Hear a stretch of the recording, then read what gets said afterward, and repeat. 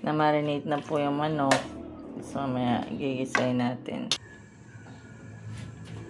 Ito pong carrots at patatas na prito na po ito ng bahagya. Gigisa na po yung bawang, sibuyas.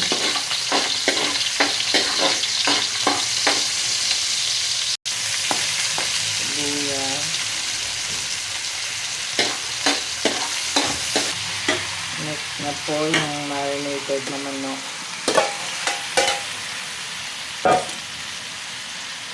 Halo-halo lang.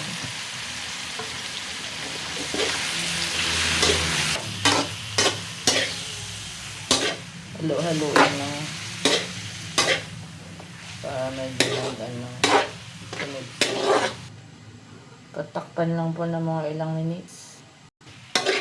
Haluin hanggang maging golden brown po ang manok. May paminta na po yung manok kanina nung nag-marinate kaya nanuot na po yung lasa. Ilalagay na po yung tubig kanina. May marinated sauce. Hintayin hanggang kumulo. Yan na guys. Tapos pagkulo, ilalagay na po ang tomato sauce. Siguro yung manok na yan, mga kalating kilo. Isang pack na tomato sauce. Na maliit. Next one, tomato paste. Para lumapot po yung sabaw. Tsaka maganda ang kulay. Nilagyan po ng pork cubes. Pork ba yan? Chicken cubes. Chicken pala. Chicken cubes pala yung nilagay. Lagyan ng dahon ng laurel, mga 3 piraso po. Lalagay na po ang reno.